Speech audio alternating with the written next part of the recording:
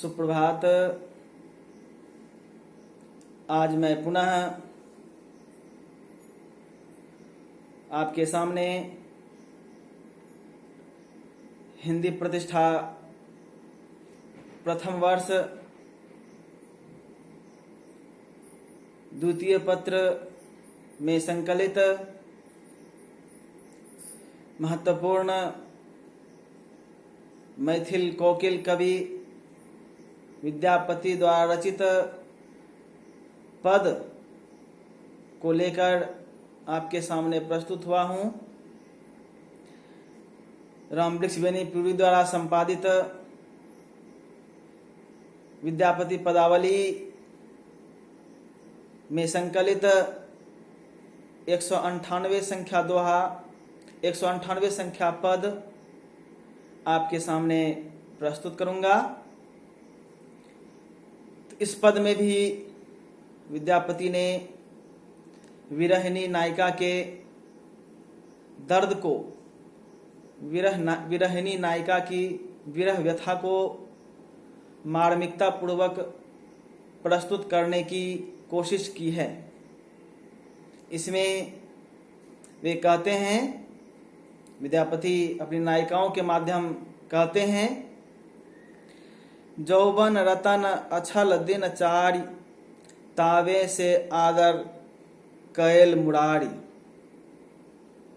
श्री कृष्ण के मथुरा चले जाने के बाद गोपिकाएं लगातार श्री कृष्ण की विरह व्यथा में तड़प रही हैं।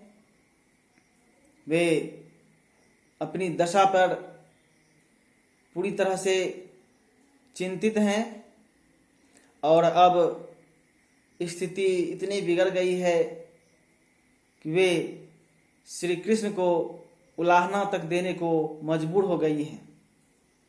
गोपिकाएं कहती हैं, जौवन रतन अछल दिन चारि तावे से आदर कैल मुरारी। अर्थात जब तक जवानी थी, जब तक शरीर जवान था, युवा अवस्था को प्राप्त था, युवा अवस्था रूपी जो रत्न है वह जब तक गोपिकाओं को प्राप्त था, तब तक श्री कृष्ण ने उनका आदर किया, गोपिकाओं का आदर किया। जौवन रतन अछल दिन चारि, जो कम समय के लिए यौवनावस्था प्राप्त था, उस समय तक श्री कृष्ण ने आदर दिया, सम्मान दिया, दिल की बातें कही। लेकिन जैसे ही युवावस्था खत्म हो गई, श्री कृष्ण मुझे छोड़कर चले गए। आबे भेल झाल कुसुम रस छूछ, बाड़ी बिहुन रस केउ नहीं पूछ।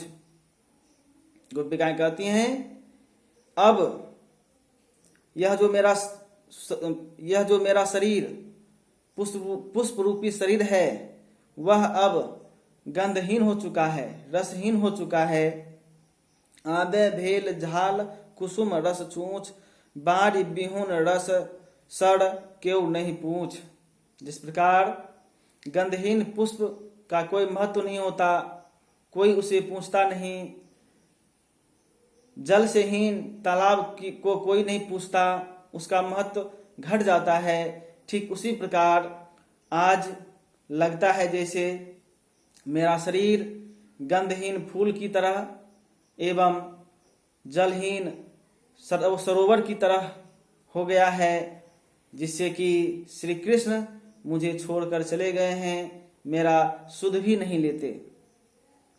हमारी ए विनती कहब सखी रोए, सुपुरुष नेह अंत नहीं होए।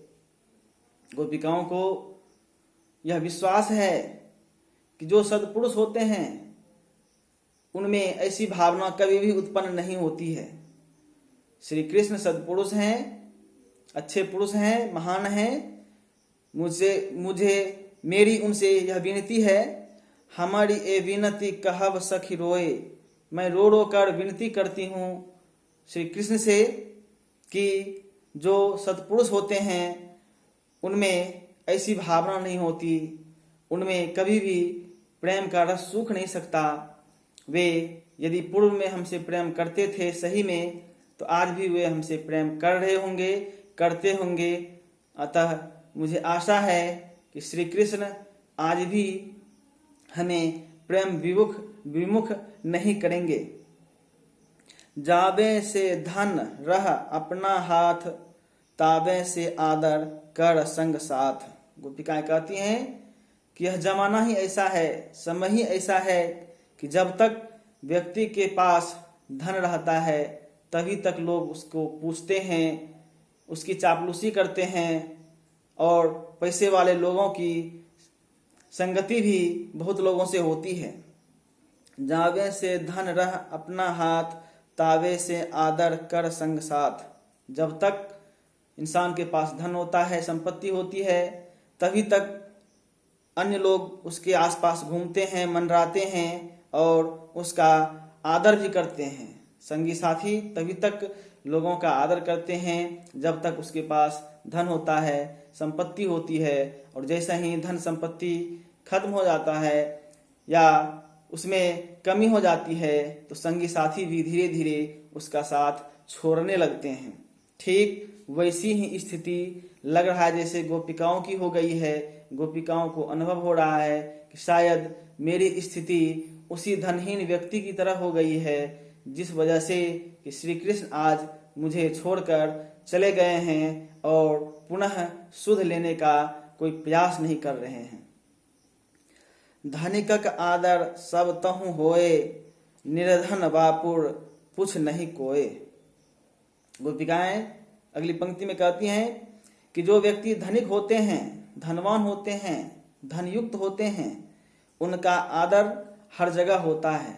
सब जगह धनवान व्यक्ति का आदर होता है, उसे सम्मान दिया जाता है।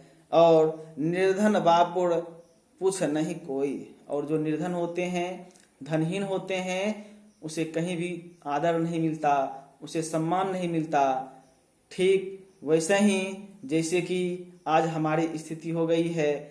श्री कृष्ण मुझे सौंदर्यहीन समझकर, प्रेमहीन समझकर चले गए हैं और जाने के बाद पुनः कभी भी वे हमारा सुध नहीं ले रहे हैं। भनई विद्यापति राखब शील, जौ जग जीव्य नौ निधि मील।